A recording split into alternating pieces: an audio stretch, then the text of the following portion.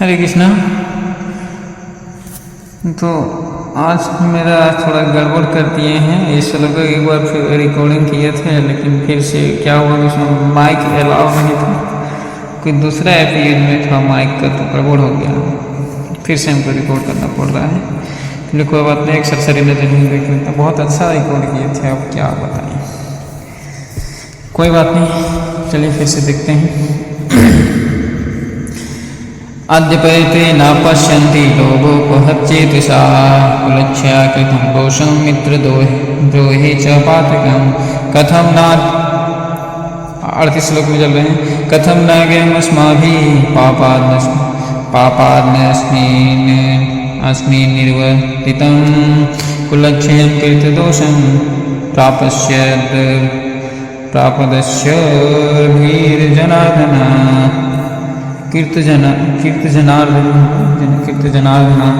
इसको हम लोग देख लेते हैं, थोड़ा स्पीड में चलेंगे कि अब बहुत हम इतना समय गंवा दिया, आधा घंटा। हे जनार्दन, यद्यपि ये लोग से ग्रस्त होकर अपने परिवार को मानते तथा मित्रों से झगड़ा करने में कोई दोष नहीं देखते, फिर भी हम लोग जो परिवार को नष्ट करने में भी अपराध देखते हैं, इन पापपूर्ण कार्यों में क्यों लगे? ये अर्जुन ऐसा क्यों कह रहे हैं कि इसे सब तो मरने के लिए आ गया है, लेकिन हम इसमें नहीं लगना चाहते हैं। क्यों ऐसा बोल रहे हैं? क्योंकि वो एक शुद्ध भक्त हैं, इसलिए अर्जुन ही कह सकता है, कोई दूसरा नहीं कह सकता है।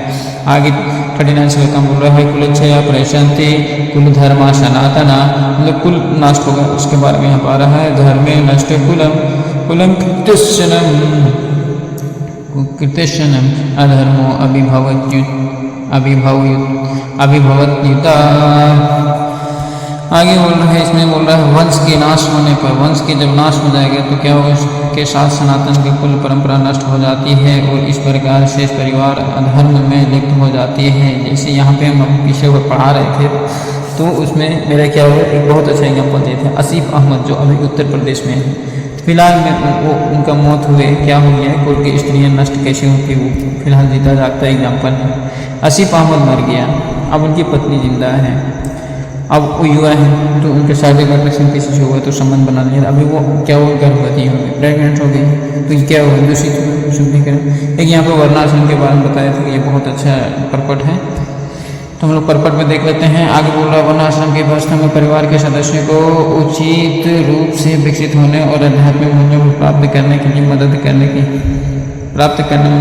के लिए धार्मिक परंपराओं के कई सिद्धांत जन्म से लेकर मृत्यु तक परिवार के ऐसे शुद्धिकरण प्रक्रिया के लिए बड़े सदस्य जिम्मेदार होते हैं, लेकिन बड़े सदस्य को ही मृत्यु पर शुद्धिकरण के ऐसी पारिवारिक परंपराएं बंद हो सकती है और परिवार के शेष छोटे सदस्य आध्यात्मिक आदतें विकसित कर सकते हैं और इस तरह आध्यात्मिक मोक्ष का अपना अवसर खो सकते हैं। इसलिए किसी भी उद्देश्य के लिए परिवार के बड़े सदस्यों की हत्या नहीं की जानी चाहिए।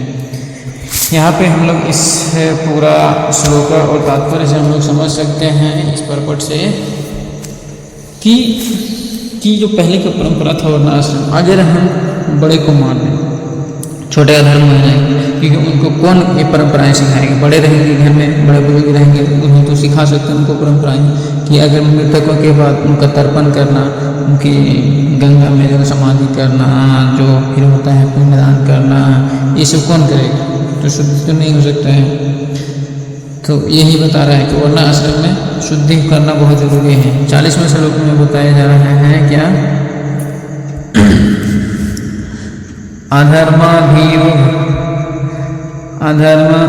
अधर्माभिभवत् कृष्णा प्रदूषयन्ति कुल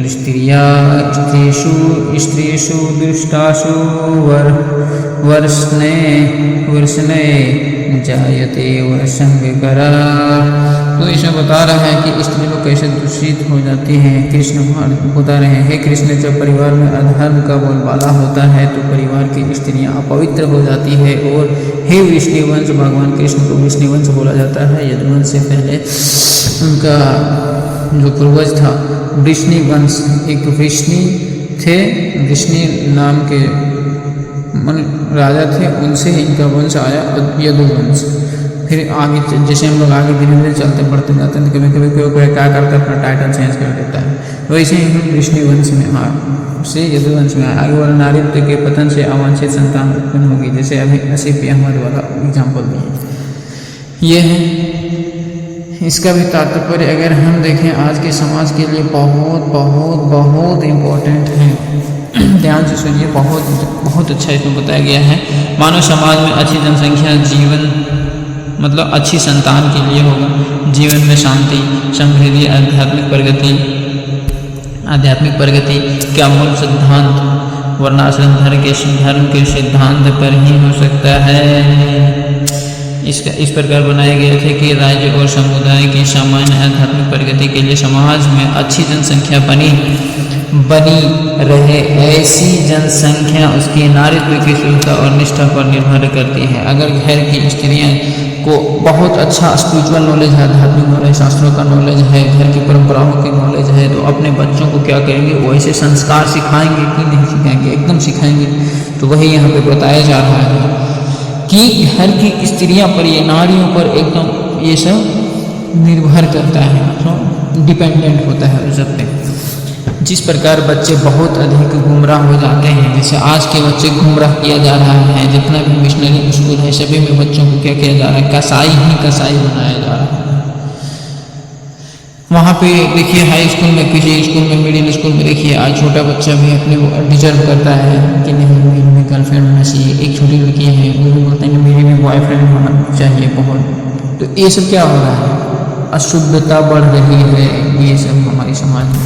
उसी प्रकार स्त्रियां भी पतन की ओर अग्रसर होती है। इसलिए बच्चों और स्त्रियों दोनों परिवारों को बड़े सदस्यों, अगर बड़े बुजुर्ग रहेंगे तो वो क्या करते हैं, डिसिप्लिन करते हैं बहुत जल्दी।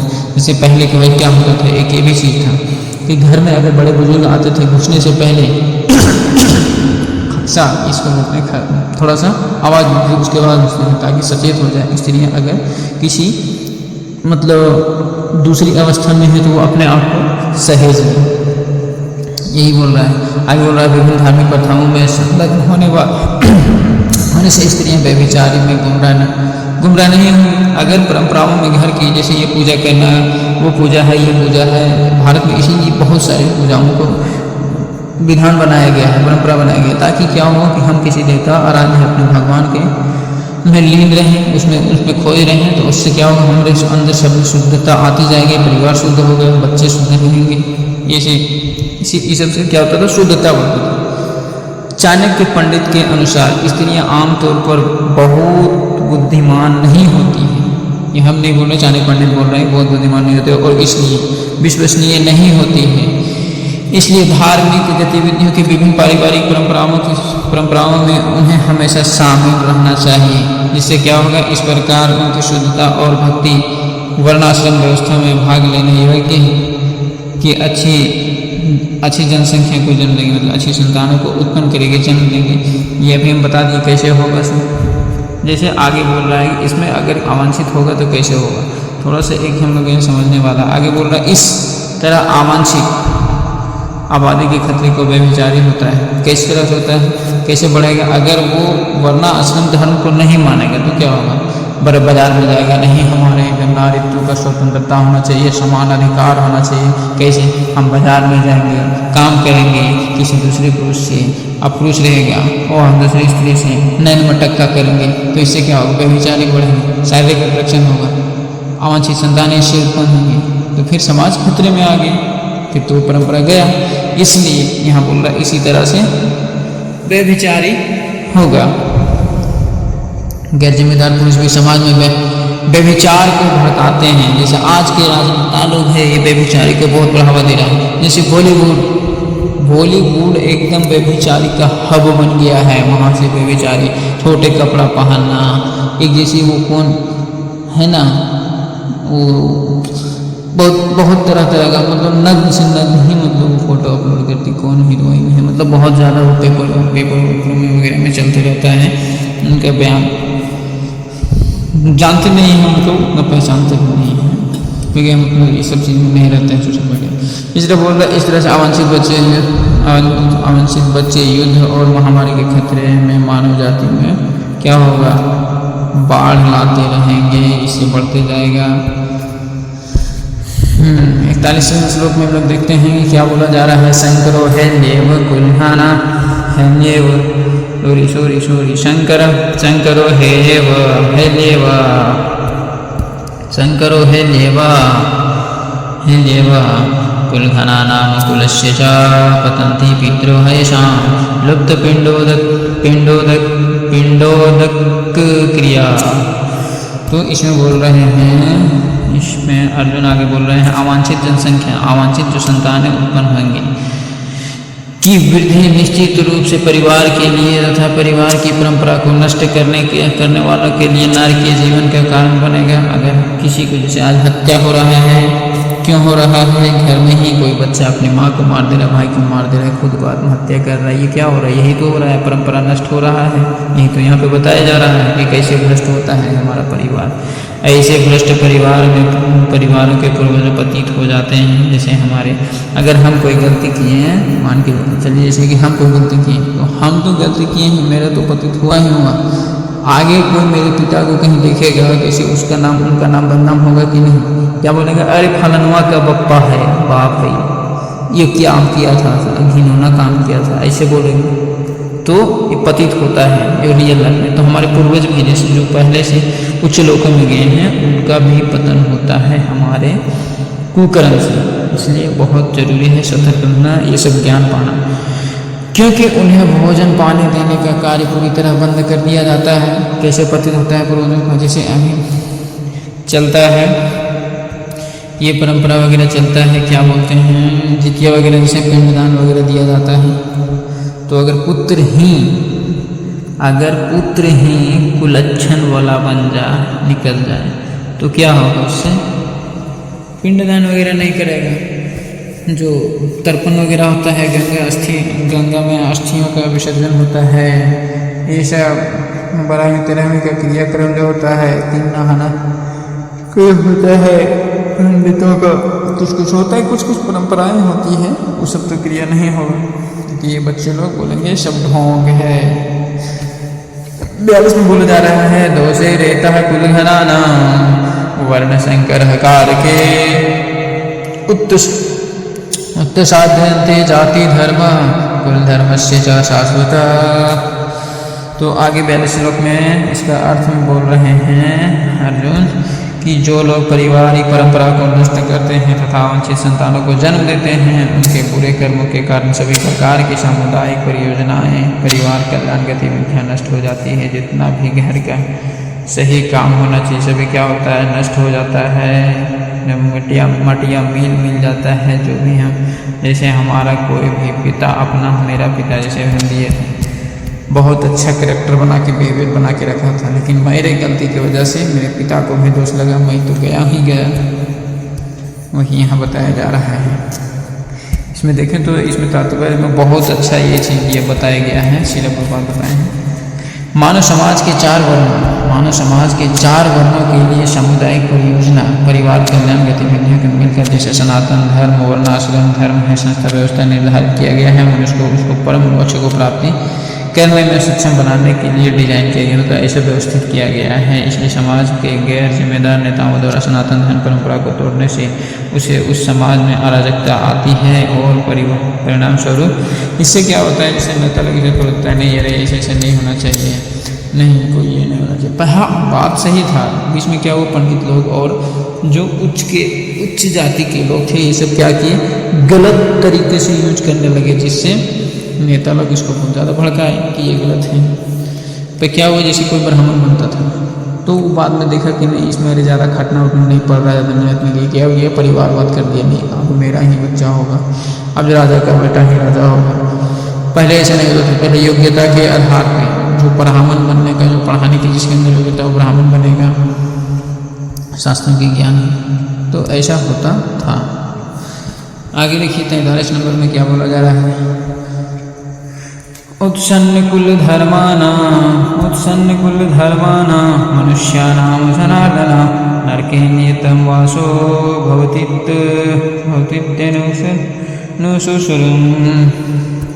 तो आगे बोल रहे हैं कृष्ण कि हे प्रजापालक, मतलब प्रजा के पालक, हमारे पालक हैं भगवान कृष्ण। वो बोल रहे हैं हे प्रजापालक कृष्ण, मैंने परंपरा से सुना है, मतलब अपनी परंपरा में, जैसे हम अपने बाप से सुने, फिर अपने दादा से सुने, और दादा उसके दादा सब अपने अपने बाप से इसे सुनते गए। तो परंपरा से बोल रहा है जिसकी कुल परंपरा नष्ट हो जाती है वे सदैव नरक में निवास करते हैं।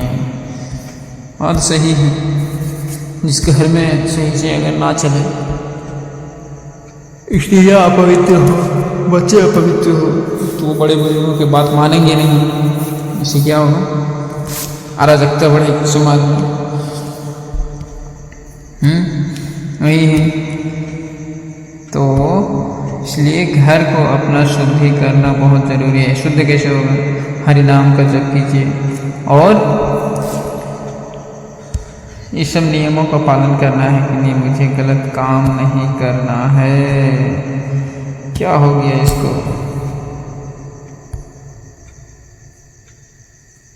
Y how to convert this is in English, okay got it. ओ इसको पढ़े नहीं इसको कैसे चेंज किया। आगे बोल रहा है अहो वत्मः पापा कर तुम व्यवसिता वयम यद राज्य सुख लोभेन हंतुम शौजम उद्धत। थोड़ा ट्रांसलेशन ये नहीं कर पाया गूगल अच्छे से।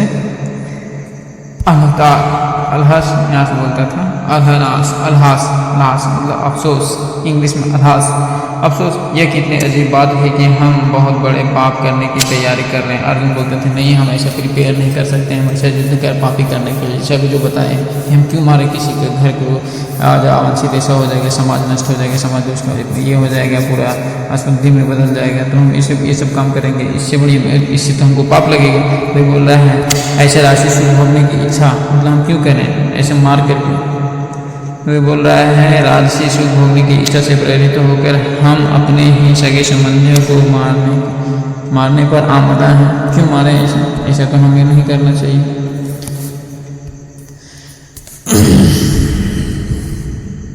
आगे बोल रहा है यदि माम प्रतिकारकं शास्त्रपानय धृतराष्ट्राणे हयुष्टन्मे क्षेत्रं भवेत्।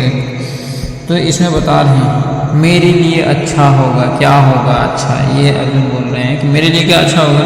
मेरे लिए अच्छा होगा कि धृतराष्ट्र के पुत्र शस्त्र लेकर युद्ध में निहत्थे, मतलब मैं निहत्था हो जाऊँ, प्रतिरोध नहीं करूँ, प्रतिरोध ही मुझको मार डाले, मैं नहीं युद्ध करूँ, वही अच्छा है। ऐसा पाप करने से अच्छा यही होगा। ये ऐसा अर्जुन बोल रहे हैं। ये इस अध्याय का लास्ट श्लोक है, मतलब अंतिम श्लोक है पहला अध्याय का। दूसरा अध्याय में जाएंगे, बहुत अच्छा श्लोक है उसमें, मतलब आत्मज्ञान उसमें बोल देता है। तो ये संजय सबको धृतराष्ट्र को बता रहे थे, तो यहीं पे यहाँ पे बता रहे हैं असंजय उवाच कि एवं मुक्त्वा अर्जुन सांख्ये रथोपस्थो उपविष्ट विसर्जय संसारं चापं शोक संविघ्नं मानस्य। मतलब इतना कह करके क्या हुआ, अपना रथ में बैठ गए, एकदम हताश हो जाता है बंदा। अर्जुन वे बोल रहे, अर्जुन हो जाते हैं। आगे बोले संजय ने कहा, संजय ने बोला क्या कहा, युद्ध स्थल में ऐसा कहकर अर्जुन अपना धनुष बाण त्याग दिया और शोक से व्याकुल होकर रथ पर बैठ गया। मतलब शस्त्रहीन हो जाता है, नहीं मारना चाहता है। अपने शत्रु की स्थिति को देखकर अर्जुन रथ पर खड़ा हो गया, किंतु वह इतना शोकग्रस्त हो गया कि उसने अपना धनुष बाण एक ओर रख दिया और पुनः बैठ गया। ऐसा दयालु तथा मृदु हृदय वाला व्यक्ति भगवान की भक्ति में लीन होकर आत्मज्ञान प्राप्त करने वाला के योग्य है। जो ऐसा रहेगा वही, ये बोल रहा है कि अभी खत्म हो गया, तो हम लोग आगे चलेंगे तब तक। तो वही है, कल से दूसरा श्लोक हम लोग दूसरा चैप्टर देखेंगे। यहाँ बहुत अच्छा है। अध्याय 2 जैसे यहाँ पे लिखा है ना, अध्याय 2 गीता की विषय वस्तु की संक्षेप में। यह है गीता की सार, इसको कहते हैं गीता की सार, मतलब सारांश दिया जाता है, मतलब वेदों का सार भी बोल सकते हैं। गीता वेदों की सार है और जो फुल चैप्टर है पूरा किताब का ये दूसरा अध्याय सार देता है। हरे कृष्णा। तो आज हम लोग यहीं पे रहते हैं, बहुत अच्छा सुनने को मिला है। हरि